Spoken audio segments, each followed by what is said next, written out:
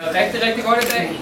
Jeg synes, vi viser, at vi er et hold, der skal være i første division, og jeg synes, vi spiller vores liv på banen.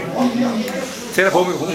Jeg synes, at de markerede rimelig tæt, og det så ud som om, at det bragte jer lidt vanskeligheder en gang imellem, men I formåede at spille jer ud af det alligevel.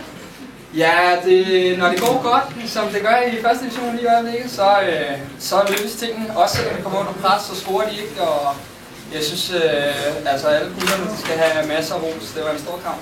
Bestemt, det var en stor kamp, og det var også et fantastisk mål at sidde og se på og overvære ud fra tilskuerpladserne.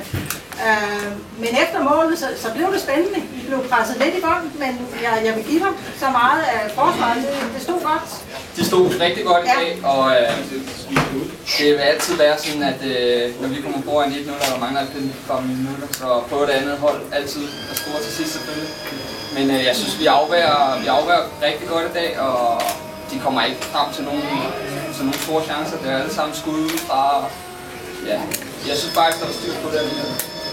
Og nu synes jeg hørte, at AB og Skive de har spillet uafgjort. Så det betyder, at der er hentet lidt på begge hold. Der er stadigvæk 6 point op. Ja, det Klarer vi den?